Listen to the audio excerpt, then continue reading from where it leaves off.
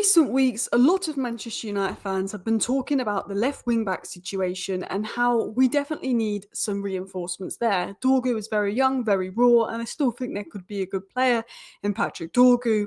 But Manchester United definitely needs somebody who could make a little bit more impact now. Diogo Dalot has currently been playing at left wing back, and it's safe to say he probably hasn't been the most convincing at left wing back. He's played left wing back and right wing back for a year now under Ruben Amorim, and while he was a pretty decent player in a back four, he doesn't suit a back five. He doesn't suit the wing back role. And a lot of Man United fans are asking the question, well, what about Diogo Leon? This is a young left wing back we brought in that on paper is the kind of left wing back that Amorim would want in his system. What is going on with Diogo Leon? But could he be given opportunities? You know, Harry Emas is currently out on loan because they see Diogo Leon as the better of the two. And Harry Emas is doing quite well on loan despite playing for one of the worst team in the league, technically. There's a lot of questions over Diogo Leon, and I'm going to explain in today's video exactly what's going on with Diogo Leon, what's happening, the plan to give him more 90 minutes with the under-21s. They want to give him more 90 minutes with the 21s, and then he could get some first-team chances. I will talk about that. We're also going to talk about Sekou Kone, because like Diogo Leon, Sekou Kone was brought in the summer. He's not made his debut for Man United yet, but he's very highly rated. That's because he picked up an injury. Sekou Kone is set to return. And we're going to touch upon what's happening with those players.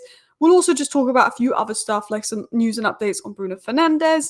Apparently, Man United are in for Harry Kane, and Tottenham news, like Kudus could be out for our game on Sunday, which is a huge boost for us because it's like a one-man attack with Kudus, that Tottenham team. So, hello, and welcome back to Alice Talks Football, and welcome back to your 10-minute news roundup, where I'm going to round up all the latest Manchester United news in 10 minutes for you guys. Diogo Leon. So, if you're unaware, Diogo Leon has currently been playing with the United under-21s, and he actually scored a goal in our 4-1 win over Spurs. And that goal that Diogo Leon scored versus Tottenham Hotspur last week was phenomenal. It was a solo run. When I mean he took it from our own half, went past about 4 players, used pure strength and power and physical athleticism to get by them and score. It was a phenomenal goal. Diogo Leon scored one of the best goals I've seen in academy football. He also, about 3 weeks ago, made his debut for the Paraguay national team, just playing 13 minutes, but making a professional debut for his national team. We saw him get a few minutes for United in pre-season, and he has been training in and around the Manchester United first team, and he's sometimes involved in the first team squad for matches when we're low, when Mazraoui was out, for example. But what is the plan? So this was said by Simon Stone last month, so, about a month ago.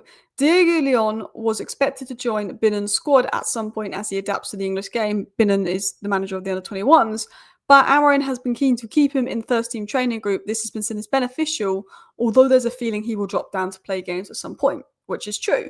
So Diogo Leon came in and he was mostly training with the first team to begin with. They wanted to get him used to the environment, used to the first team. He's obviously been having English lessons as well because he speaks Spanish, I believe.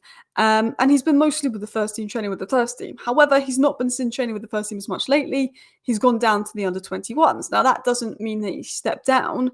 When Ahmad first came in, he played with the under-18s and under-21s when we signed him. Same with Sekou Kone, same with Diogo Leon. It's just to give him the minutes in the under-21s. We're still getting minutes in his legs.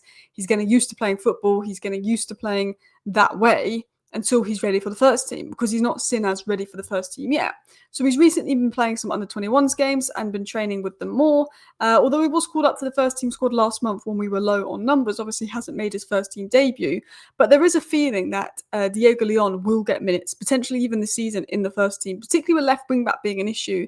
There could be an opportunity for him to get minutes. We saw Harry Emas get some minutes late on in the season, and I think the latter stage, the FA Cup, we could see a Diogo Leon get his debut. But the expectation was that he was never going to play the first few months of this season. Diogo Leon playing with the under-21s is not a bad thing. It's not, oh, maybe he wasn't as good as we were hoping to see. No, the plan was for always was for him to be with the under-21s this season, maybe even the season after, and give him a couple of seasons and eventually mould him in. It wasn't he's going to come in the first team and be a first team player. It was we want him to train with the first team, but he's always going to be an under-21s player, and that's where we're going to work him up.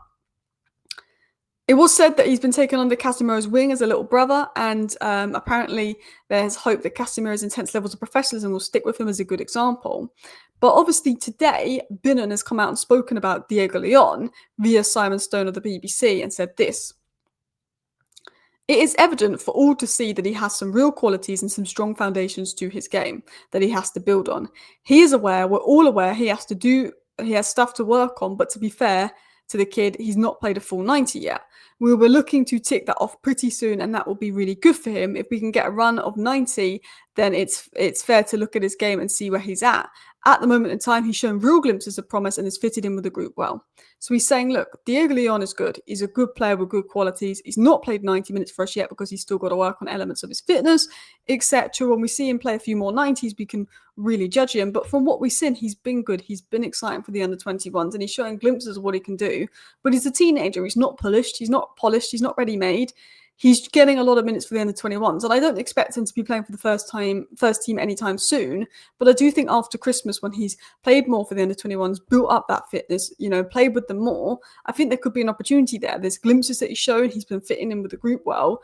And it was even said by Nathan Salt last month that Diego Leon is currently the most popular player in the United dressing room despite not speaking English, and the senior pros are protective of him, and the Spanish seekers are helping him settle in. He's like a little brother to many, said insiders. But they are liking him inside the Man United dressing room. He spent a lot of time with the first team already. He's now with the under-21s. He's now working on his game. And while Diogo Dalot's been poor and, Diogo isn't quite hitting the levels we'd hoped yet, there's not really any chances for Diego Leon yet. It's get more 90s under your belt with the under-21s. There could be opportunities later on. I don't think he's going to be playing anytime soon, but I do think there'll be opportunities for him the back end of this season, a little bit like Harry Amas last season.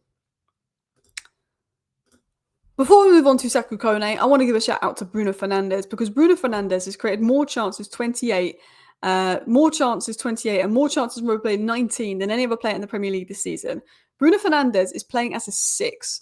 Like, he's playing so much of a deeper role, and he's still top for chances created. I don't think people realize how nuts that is, that it's like 5 seasons in a row where Bruno's going to be number 1 for chances created. He's playing a deeper role, number 1 for chances created. It's crazy. Like, Bruno is such a good chance creator. It's not, you can't just replace Bruno with Adam Wharton. We need to bring in a real creator when Bruno goes, because without Bruno, we lack creativity, and I do feel like we're lacking creativity as it is. But he's such an influential player. But yeah, let's talk about Sekou Kone.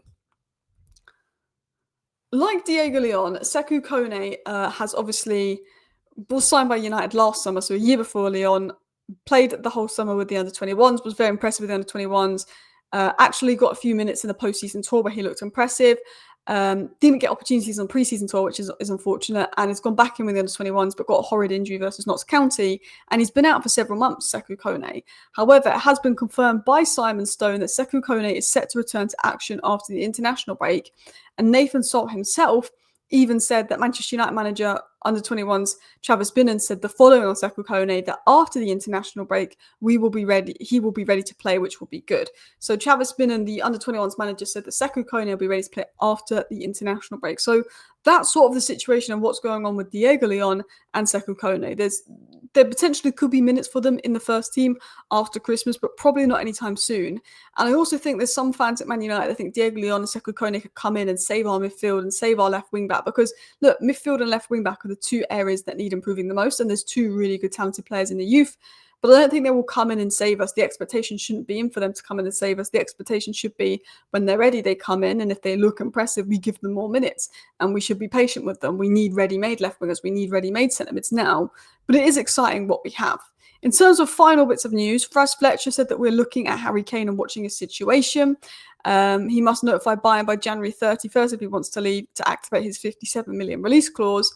And it also has been said that Tottenham do not have Kudus in training today, according to Alistair Gold. He's felt a minor injury, and he's the best attacker by a long way. Bergvall has currently been out. I think he suffered a concussion, and Jed Spencer's out. And there is some dressing room issues going on at Tottenham. So we might be playing Tottenham at the right time, because right now the mood is quite low in that morale. The dressing room is quite low, and a few of their key players are picking up injuries. Anyway, that is your 10-minute roundup, mostly talking about Diego Leon, because a lot of people have been asking me about it, because we've had conversations about the lower and left wing back.